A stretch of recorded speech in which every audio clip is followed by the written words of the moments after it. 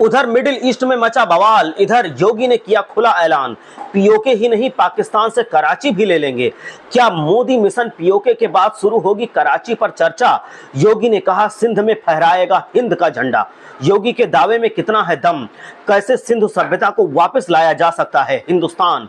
समझिए एक एक बात। दुनिया उधर मिडिल ईस्ट की ओर देखती रही और इधर सीएम योगी ने बड़ा ऐलान कर दिया। उत्तराखंड पहुंचे सीएम योगी ने जो कहा उसे सुनकर पाकिस्तान में खलबली मच गई है। पाकिस्तान दहशत में है। योगी ने साफ कह दिया है कि पीओके पर नहीं बल्कि अब बात कराची पर होगी। कुछ लोग कहेंगे कराची तो पाकिस्तान का है, फिर उस पर क्यों?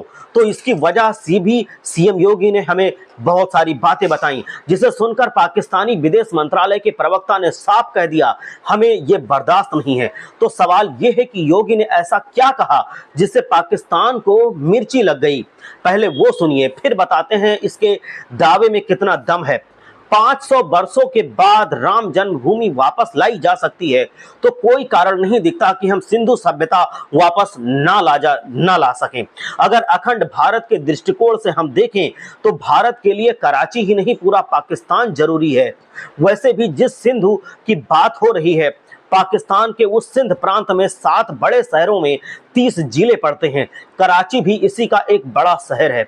इतिहास कहता है कि सिंध प्रांत में हिंदुओं पर सबसे ज्यादा जुल्म हुए। पहले मुगलों ने किया, फिर अंग्रेजों ने, और उसके बाद अब पाकिस्तान से आए दिन ऐसी खबरें आती रहती हैं वहां रहने वाले लोग सुरक्षित नहीं हैं। तो सवाल ये है, क्या सिर्फ इस आधार पर पाकिस्तान के कई इलाके हिंदुस्तान में शामिल हो जाएंगे? समझने के लिए आपको मोदी और योगी की पॉलिटिक्स को अच्छे से गहराई से समझना होगा। जम्मू कश्मीर से धारा 370 हटाकर मोदी ने सेना तैनात की, फिर विकास किए, जिसको देख पीओके वालों का मन हिंदुस्तान के कश्मीर में आने का तरसने लगा। योगी ने उत्तर प्रदेश में बुलडोजर वाली पॉलिसी अपनाई, जमकर विकास कार्य किए, जिससे दूसरे राज्यों में भी उनकी डिमांड होने लगी। यूपी में शांति की चर्चा विदेशों तक पहुंची। यानी दोनों का काम करने का जो स्टाइल है लगभग मिलता जुलता है। बस योगी थोड़ा ज्यादा आक्रामक हैं, वो ज्यादा हिंदूवादी हैं, और मोदी प्रधानमंत्री बनने के बाद सॉफ्ट हो गए हैं। राजनीतिक दिग्गज कहते हैं कि मोदी अगर अपने कार्यकाल में पीओके वापस ले लेते हैं तो योगी के लिए ये सिंध वाला मिशन आसान होगा। अगर अखंड भारत बनाना है तो फिर भारत अपनी उस ऐतिहासिक जगह को पाने की कोशिश करेगा जिसका हिंदुस्तान से गहरा नाता रहा है। इंडिया का नामकरण ही सिंध के आधार पर हुआ था। जब अंग्रेजों को पता चला कि भारत की सभ्यता सिंधु घाटी सभ्यता की इंडस वैली सभ्यता है तो उन्होंने इसे इंडिया कहना शुरू किया। 2017 की जनगणना के अनुसार पाकिस्तान में करीब 40 लाख से ज्यादा सिंधी हिंदू रहते हैं। लालकृष्ण आडवाणी से लेकर निखिल आडवाणी और कियारा आडवाणी तक सब इसी समुदाय से आते हैं।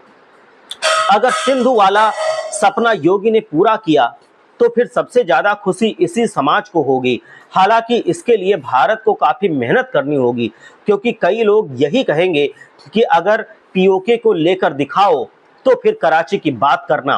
पर कहते हैं कि इच्छा शक्ति हो तो असंभव को भी संभव बनाया जा सकता है। जो लोग पहले कहते थे कश्मीर से 370 खत्म नहीं होगा, अगर हुआ तो हंगामा खड़ा हो जाएगा।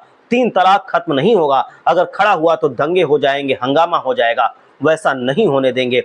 तो सब बातें धरी की धरी रह गई, क्योंकि सरकार ने चाहा और देश की जरूरत के हिसाब से फैसला लिया।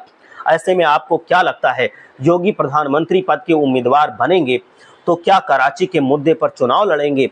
कमेंट बॉक्स में जरूर बताएं। जय हिंद।